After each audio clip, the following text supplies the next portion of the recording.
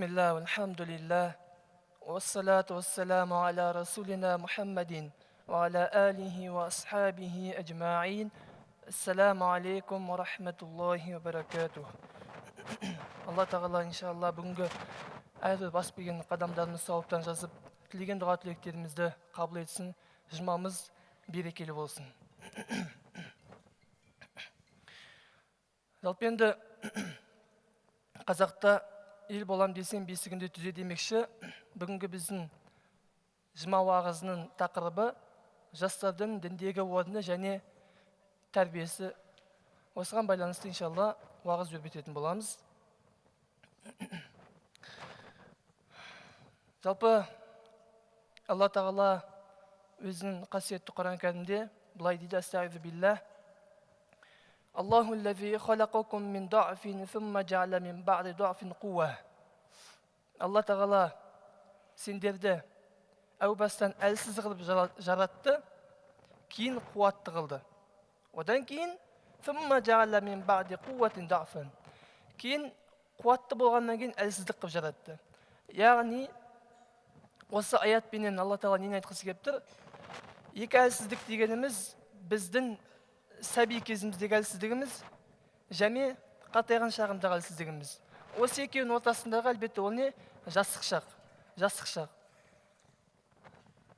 Осы бір аят Шәкәрім атамыздың мына бір өлеңіне әдемі үйкесі келіп тұр.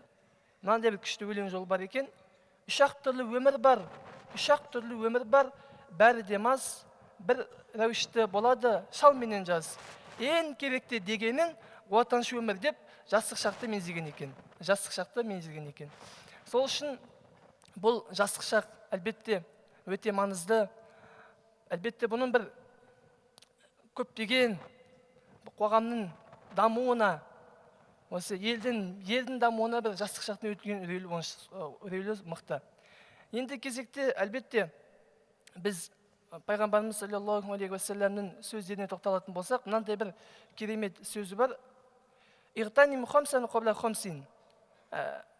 Бес нәрсені келмей тұрып, бес нәрсенің былайша айтқан кезде қадірін біл. Бес нәрсе келмей тұрып, бес нәрсенің қадірін біл. Соның біріншісі, ауырмай тұрып, денсаулықтың қадірін білу керек. Әлбетте біз денсаулықтың қадірін ауырғаннан кейін барып білеміз. Оған дейін әрекет жасамаймыз. Екіншісі, кедейлік келмей тұрып, байлықтың қадірін білу керек. Яғни жағдайымыз бар ма? Ағайын туысқанға, дос-жаранға көмектесейік. Бұл екіншісі. Үшіншісі, бос уақыттың қадірін білу керек. Бос уақытымыздың қазіргі мына заманда бос уақытымыз немен өтіп жатыр? Ял телефон шыққылаумен ба? Қалай өтіп жатыр? Соған мән беруіміз керек. Және төртіншісі, өлім келмей тұрып, өмірдің қадірін білуіміз керек. Өлім келмей тұрып, өмірдің қадірі. Және соңғысы бесіншісіне екен, қартаймай тұрып, жастық шақтың қадірін білуіміз керек. Осы орайда, мысалға, Қазбек би бабамыз не дейді? Бір бала бар, атасынан жете туады. Бір бала атасынан өте туады, бір бала көтінен кері туады демекші. Бұл біз жастық шақтың өте маңызды шақтардың екенін айтып отыр. Және де ақын Мағжан Жұмабаев атамыз мынандай бір жастарға арнаған бір өлеңі бар. Мен жастарға сенемін, бәріміз білеміз әлбетте. Мына бір өлең не дейді? Қажы бар ма тұлпарға, талу бар ма сұңқарға, иман күшті олар да, мен жастарға сенемін деген. Бізге сеніп отыр, жастарға. Біз не істеп жүрміз мысалға? Соған мән беруіміз керек. Осындай рухты өлеңдерді естіп, біз еліміздің, жеріміздің көркеюіне атсалысуымыз керек. Аллаға шүкір. Мешіттің көркі жамағат демекші, жамағатымыз көп біздің елде. Соның басым көпшілігіне жастар. Шетелге барғандар білет, көбінде үлкен кісілер мешітте көп, жастар жоқ. Бұлар жастар танысайды, келсе екен мешітке деп. Алла Тағала бізге беріп қойған. Мінекей біз енді осы имани білім алып, еліміздің, жеріміздің дамуына үлес қосуымыз керек. Және де сол үшін Абай атамыз мынандай бір әдемі сөз айтқан. Не дейді? Бала тәрбиесі басты байлығын. Кешіксен көретінін қайғымын деген. Тәрбиесіне мән бермей, кешіп қалатын болсаң, көретін не болады? Қайғымын болады. Сол үшін біз осы орайда жас демекші, жалпы жастарға бірнеше бір өсиетімізді, бірнеше бір уағыз насихаттарымызды ұсынбақпыз. Соның біріншісі, әлбетте, үнемі айтатынымыз ол не? Білім алу. Үнемі айтатынымыз білім алу. Пайғамбарымыз саллаллаху алейхи уассалам өзінің хадисінде не деп айтады? Талабул илми фаридатун аля кулли муслимин. Ілім талап ету, ілім іздену әрбір мұсылманға парыз. Енді осы бір хадисті тоқтап түсініп алайық. Әлбетте, адам өзін қай бір салаға арнап соған берген болса, соны тереңдеп оқуы міндетті оған. Әлбетте, бәріміз қазір ақын жазушы болып кететін болсақ, діндар болып кететін болсақ, басқа саланы кім істейді? Сол үшін біз әр саланы терең меңгеріп, дінді де үйренуіміз керек. Дінді не үшін үйренеміз? Өзіміздің адал мен арамда ажырату үшін, отбасымызды таза-ауатынан сақтау үшін, дұрыс жолмен жүру үшін үйренеміз. Ал басқа салада өзіміз қандай? Дәрігеріміз бе, мұғалімбіз бе? Сол салада жетік меңгеріп, соны жақсылап үйретуіміз керек халыққа. Міне, сол кезде біз мақсатымызға жетеміз. Міне, осы кезде қазақта бір әдемі сөз бар. Қандай? Қана тасқа шығады. Өнер білім жастан шығады деген. Өнер білім жастан шығады деген. Сол үшін жас кезімізде, от болып тұрған кезімізде басып ізденуіміз керек. Мінекей, қазақтың сондай бір керемет сөздерінің бірі, өзіміз сол мектеп кезінде естіп келе жатқан мақалдың бірі, жастық шақта алған білім тасқа жазғандай, тасқа қашап жазғандай. Кәрілікте алған білім суға шейін салғандай, немесе құмға сызғандай деп келеді. Неге?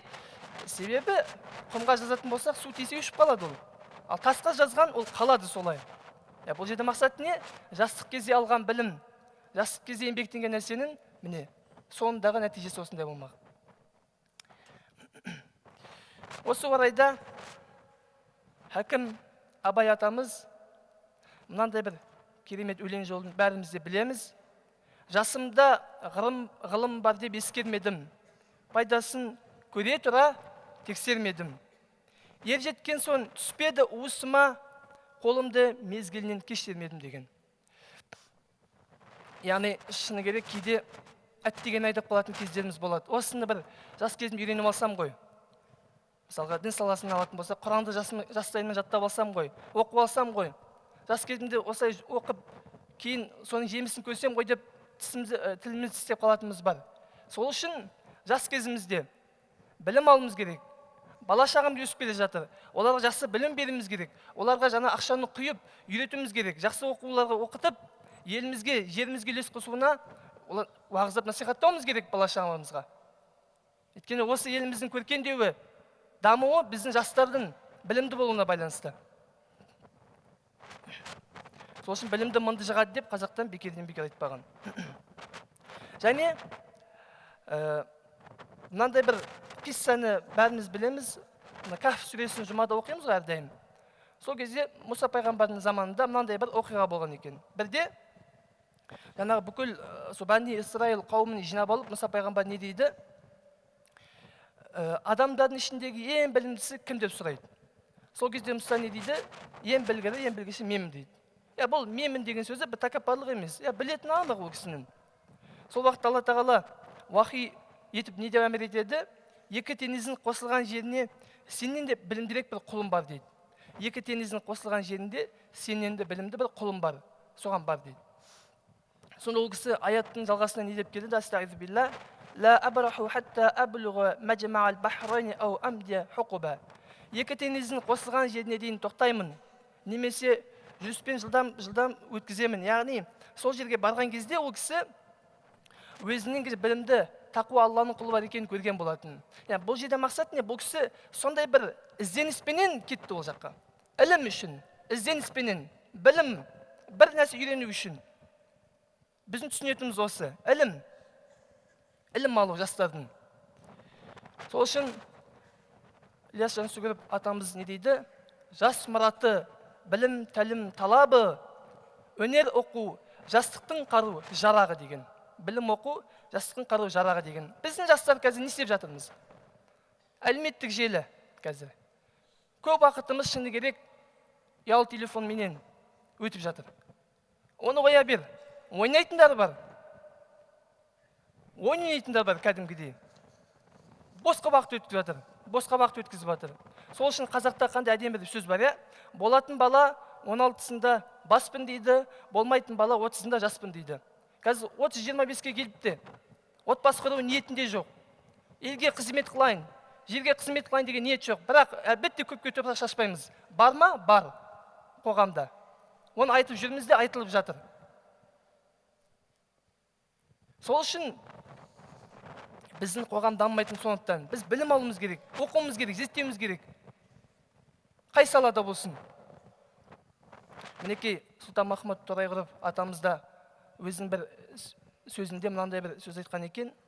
Қазақ жастарында әлеуметтік теңдікке жететініне, өз елін бақытқа басар азамат боларына сенемін деген.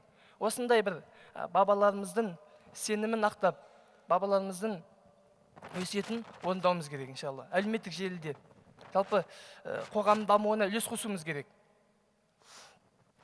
Енді біз жаңа айтқан болатынбыз, Шәкәрім бабамыздың жаңа мен аятпен байланыстырған болатын сөзін. Енді осы жерде ол кісінің өзін бір толық оқып берсем. Үш-ақ түрлі өмір бар, бәрі де мас. Үш-ақ түрлі өмір деп жатқаны, жаңағы бала кездегі жастық шақ және қартайған шақ. Бір рәуішті болады шал менен жас. Яғни шал менен жастың барлығы бір деңгейде, яғни бір өмірде өмір сүріп жатырмыз бәріміз. Ең керекті дегені отаншы өмір, жастық шақты айтып жатыр. Түгел қолын жетпейтін бір жанталас. Бәрін қамтып кете алмайсың. Жастық шақ қой, өйткені бәрін алғың келеді, бүкіл оқың келеді. Қапы өткізбе сол кездің бір сағатын, өкініші қалмайды кетсе ағатын. Күні түні дей көрме ғылым ізде, қалсын десен артында адам атын деген. Яғни адам деген, ғалым деген атымыз қалау үшін түні ұйықтамай білім іздеуіміз керек. Білім алуымыз керек.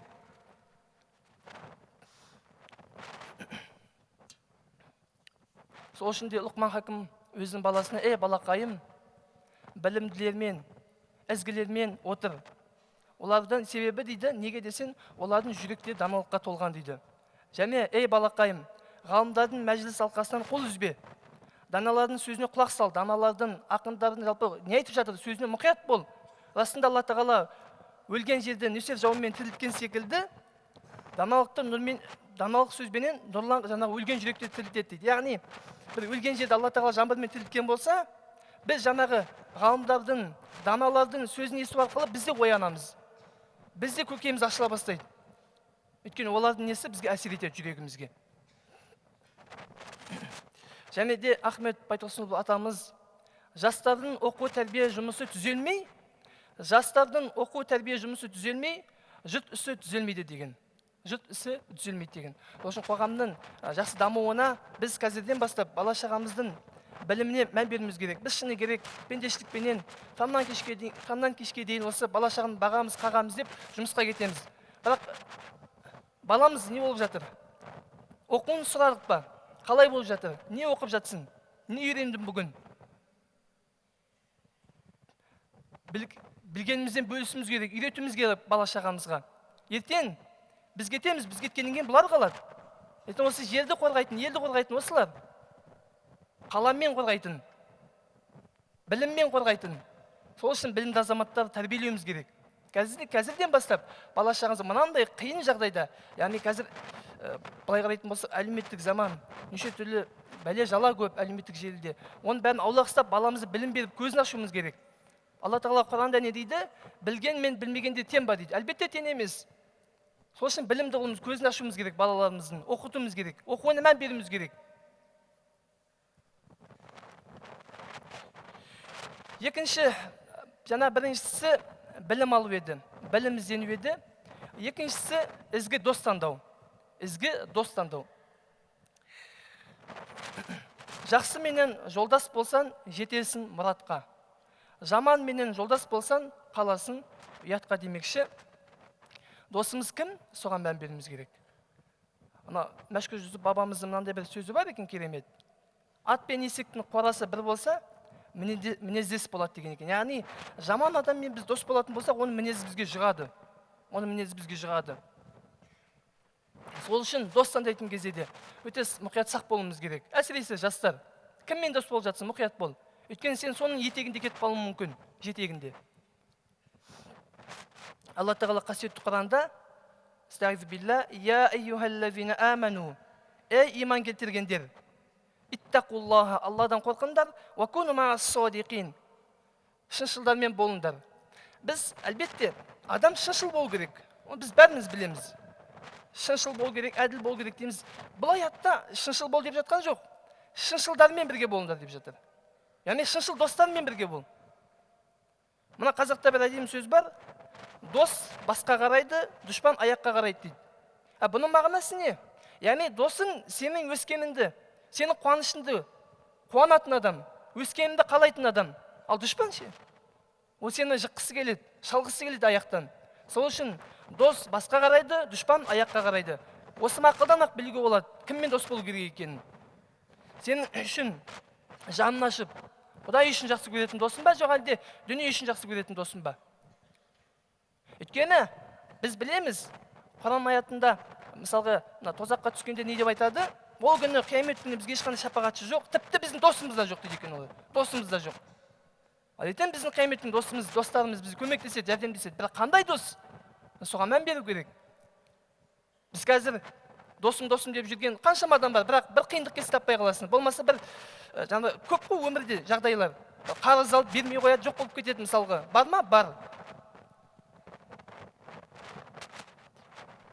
Пайғамбарымыз саллаллаху алейхи уассалам өзінің хадис шәріпінде не дейді? Ар-раджулу аля дини халилихи. Ер адам, жалпы адамзат өзінің досының дінінде. Фалянзур ахадукум ман юхалил. Сендердің біреулерің кіммен дос болып жатқандан мән берсін дейді. Кіммен доссың сен? Сол үшін қазақта не дейді? Құс қанатымен, ер жолдасымен деген. Құс қанатымен, ер жолдасымен. Жолдастарымыз, достарымыз дос таңдайтын кезде барынша мән беруіміз керек.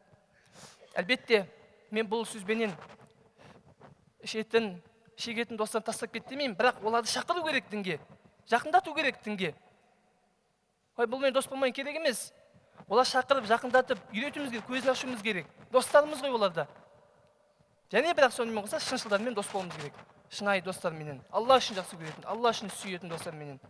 Оларға бұл дүние ештеңе керек емес, тек қана біз Алла үшін бір-бірімізді жақсы көргеннен кейін Алла тағала бізге махаббат қойған арамызға. Біздің арамызда біздің қандай екеніміз, жағдайымыз қандай екені маңызды емес. Махаббат қойғаннан кейін біз жақсы көреміз бір-бірімізді. Және тағы бір хадисінде пайғамбарымыз саллаллаху алейхи уассалам мынандай бір мысал береді. Бұл бір мысал. Қандай? Жақсымен дос болу, немесе жаманмен дос болу екеуінің мысалы иіссу сатушы менен темір ұстасы секілді дейді. Иіссу сатушы мен темір ұстасы. Яғни, иіссу сататын адамға сіз барсаңыз, сіз оның иіссуын сатып алмасаңыз да, ол сізге бір иіс қалдыруы мүмкін, жағымды иіс қалдыруы мүмкін үстіңізде. Ал енді бұл темір ұстасын қастап барсаңыз, ол сізге не күйдіруі мүмкін, не күйесін жағуы мүмкін. Бұл жерде біз жұмысты қорлап жатқан жоқ, тек түсінік бұл жердегі. Жақсы менен жаман достың қандай екенін айтып жатыр. Жаман дос құрдымға кетуі мүмкін сені. Алла сақтасын, діннен де шығарып жіберуі мүмкін. Харамға алып кетуі мүмкін сені. Досым алып бер, көмектес маған, бүйт сөйтіп, харамға да итермелеп жіберуі мүмкін жаман досын. Ал жақсы досын, Құдайдан қорқатын досын қайтеді оны?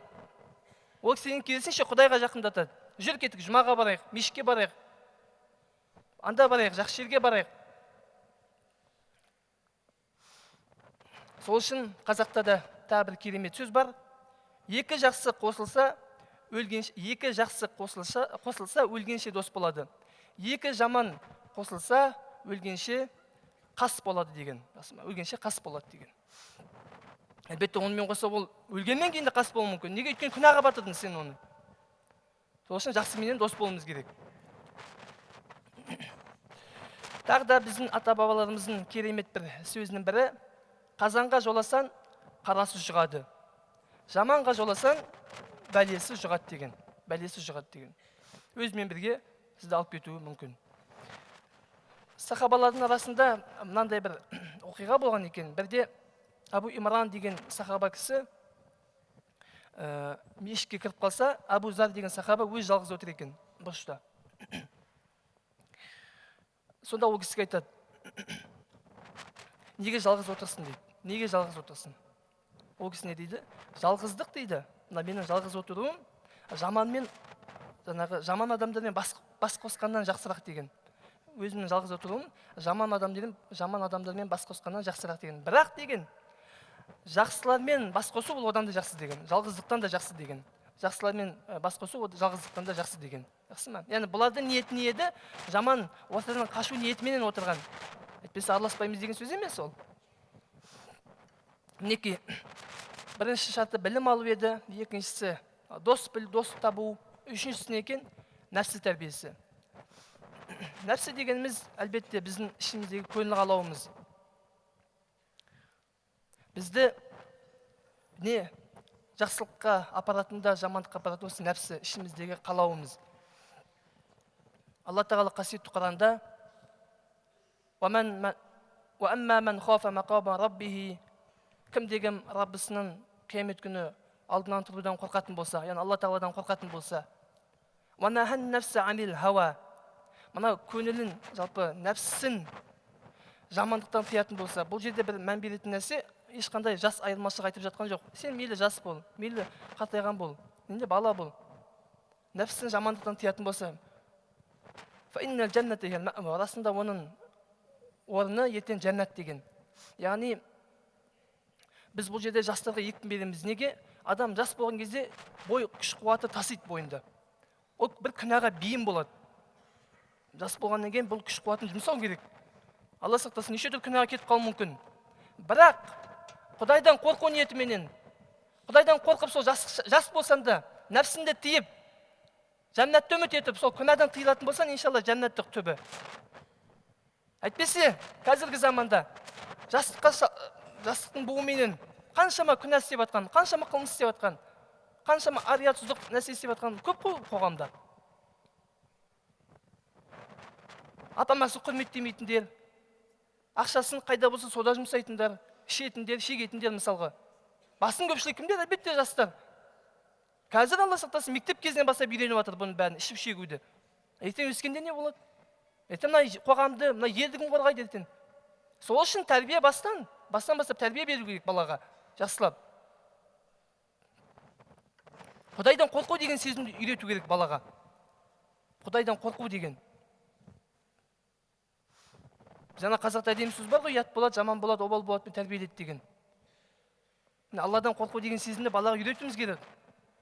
Балам, мен көрмесем де сені күнә істегенді Құдай Алла Тағала көріп тұр, қорқ деп айту керек. Пайғамбарымыз саллаллаху алейхи уассалам иттақиллаха хайсума кунта деген. Қайда болсаң да Алла Тағаладан қорқ. Қайда болсаң да, мейлі 7 қабат жердің астында боласың ба, 7 қабат көкте боласың ба. Осындай біз сезімді баланың жүрегін ұялату керек. Мен көрмеуім мүмкін сенің не істеп жүргеніңді. Мен таңнан кешке дейін жұмыстамын.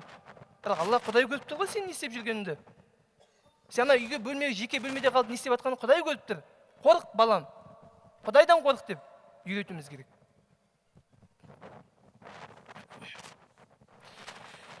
Өйткені қазір бір оқиға айтатын боламыз. Мынау Құдайдан қорқу, ғалымдардың тілімен айтқанда, құлдан патшалық дәрежеге дейін шығаратын болған. Юсуп пайғамбардың оқиғасын бәріміз білеміз.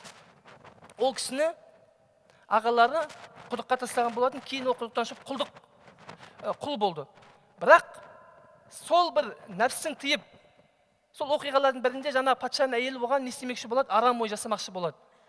Сондай бір арам ойда ол кісі Алладан қорқып сақтанды. Алла Тағала несі дәрежесін көтерді, патшалық дәрежеге жетті. Бірақ сол патшаның әйелі болып тұрған сол әйел төмен түсіп кетті дәрежесі. Көрдік пе? Өйткені неге ол нәпсінің қалауына ерді? Ал кім деген өзінің жанын нәпсін тізгіндейтін болса, күнәдан әсіресе, күнәдан тізгіндейтін болса, Алла Тағала дәрежесін көтереді оның. Ойламаған жерден біз оны білмейміз, Алла көтереді дәрежесін. Неге? Өйткені Раббысы үшін ол күнәдан тыйылды. Раббысы үшін харамнан тыйылды.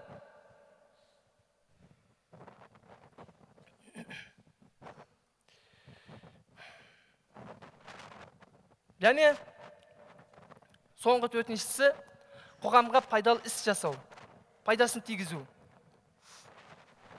Мына бір хадисті бәріміз білеміз. Пайғамбарымыз саллаллаху алейхи уассалам қиямет күні адам дейді, 4 нәрседен сұралмай бір қадым жасай алмайды дейді. Соның біріншісі не екен? Өмірі жайлы. Өміріңді қайда жұмсадың былайша айтқан кезде? Немен айналыстың өмір бойы? Бір.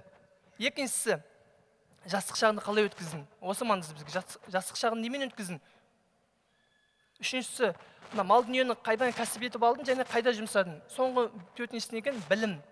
Білімді қайдан алдың? Не үшін алдың? Не істедің? Білім. Сол жайлы сұралады. Бізге бұл жердегі тақырыбы жастық шақты қайда жұмсадың? Пайғамбарымыз саллаллаху алейхи уассалам жастық шақты бөлек айтпай-ақ өмірменен бірге айта салса болатын еді.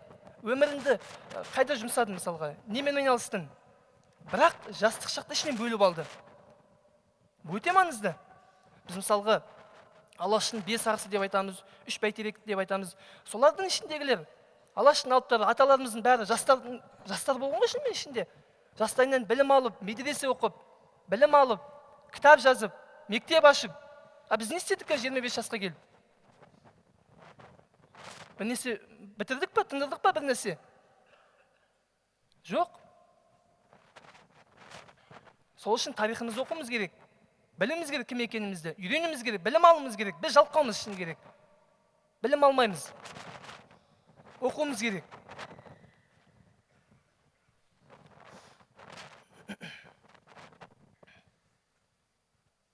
Пайғамбарымыз саллаллаху алейхи уассаламның қасындағы тарих кітаптарын қарайтын болсақ та жастар болған. Жаңағыдай мысалға Алаштың 5 арысы деп айттық қой, Шәкәрім атамыз, Ахмет атамыз, Мағжан, Міржақып, жаңағы бәрін айттық қой мысалға. Бұлардың барлығының қастарында екен жастар болған. Міржақып мысалға, Мағжан Бабаев секілді. Жастар. Сол үшін оянуымыз керек. Елге, мына жерге қызмет қылуымыз керек. Отанды қорғауымыз керек. Білім алуымыз керек.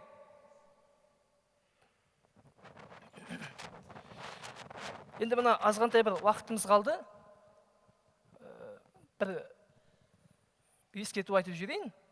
Мына қазіргі заманда мына пирамида дейміз ғой, ақша табу. Оңай жолмен ақша табу жолы ғой енді бұлда. Мына ұлтымыздың өшуі де осы жастарға байланысты. Көбінде жастар байқасаңыздар, жеңіл жолмен ақша табуға құмар бәрі. Жеңіл жолмен ақша табуға құмар. Бірақ біз ондайға қарсымыз. Мысал айтатын болса, Қазақстан мұсылмандар діни басқармасы ғұламалар кеңесінің 22-ші мәжілісінде желілік маркетинг жайлы пәтуа қабылдаған. Желілік маркетинг жайлы. Сонда мынандай қысқаша бір пәтуа бар екен, бір оқып жіберейін, рұқсат болса. Желілік маркетинг және қаржылық пирамиданың құрылымы ұқсас болғанымен, екеуінің жұмыс жүйесі екі түрлі. Қаржылық пирамидалар ешқандай өнім немесе тауар ұсынбайды. Шынымен, қазір біреу қаржылық пирамиданы бәріміз білеміз ғой. Олар ешқандай тауар ұсынбайды сізге. Тек қана сіз шақырады болды. Айналымда тек қана ақша жүреді. Оның жұмыс жасау принципі, яғни жұмыс жасау тәсілі мынандай. Сіз алдымен белгілі бір сомада ақша салым саласыз. Яғни пирамиданы қалыптастыру үшін сіз не істейсіз? Бірінші ақша саласыз, ақша. Кейін сонан кейін сіздің артыңыздан тіркелетін адамдардың есебінен сіз ақша алып отырасыз. Сіз қанша адам тіркейсіз өзіңізге, солардан түскен пайданы да сізде алып отырасыз. Бұл адал ма? Адал емес әлбетте. Міне мұнда дейді, осы бір нәрседе, осы пирамидада дейді. Алдаушылық, көмексіздік, айлакерлік және басқа да заңсыз шариғатқа қайшы әрекеттер болғандықтан бұл кәсіппен айналысуға болмайды. Өйткені неге Алла тағала Құранда не дейді? Бір-бірлерінің мал мүліктерін арам жолмен жемеңдер. Арам жол ғой бұл шынымен де. Пайда тауып жатсын. Сол үшін бұндай нәрседен әсіресе жастарға айтылады. Неге жаңа айттық қой сөзіміздің басында? Өйткені көбінде жастар бейім бұған. Оңай жолмен ақша табуға. Әлбетте мен бір сөгіп жатқаным емес. Өз сөзім өзімдікі дей ме абай айтатын? Бұл жерде мәселе не? Жеңіл пайда табудан сақ болуымыз керек. Сол үшін не дейді қазақта? Пайда ойлама, ар ойла деген. Пайда ойлама, ар ойла деген. Және соңғы бір сөзімді Шәкәрім атамның сөзімен бітіргім келеді. Адамдық борышын халқына қызмет қыл. Ақ жолдан айныма, ары сақта, оны біл деген. Арымызды сақтайық. Жастар, білім алайық. Елімізді, жеріміз үшін, даму үшін үлесімізді қосайық. Босқа уақыт өткізбейік. Иншалла. Осы мемлекетіміздің дамуына, осы дініміздің дамуына үлес қосайық иншалла. Алла тағала баршамызға отбасына береке берсін, амандық берсін. Өсіп келе жатқан жастарымыз еліміз үшін адал қызмет ететін мықты сондай батыр жастар болсын иншалла. Wa akhir da'wana anil hamdulillahi rabbil alamin.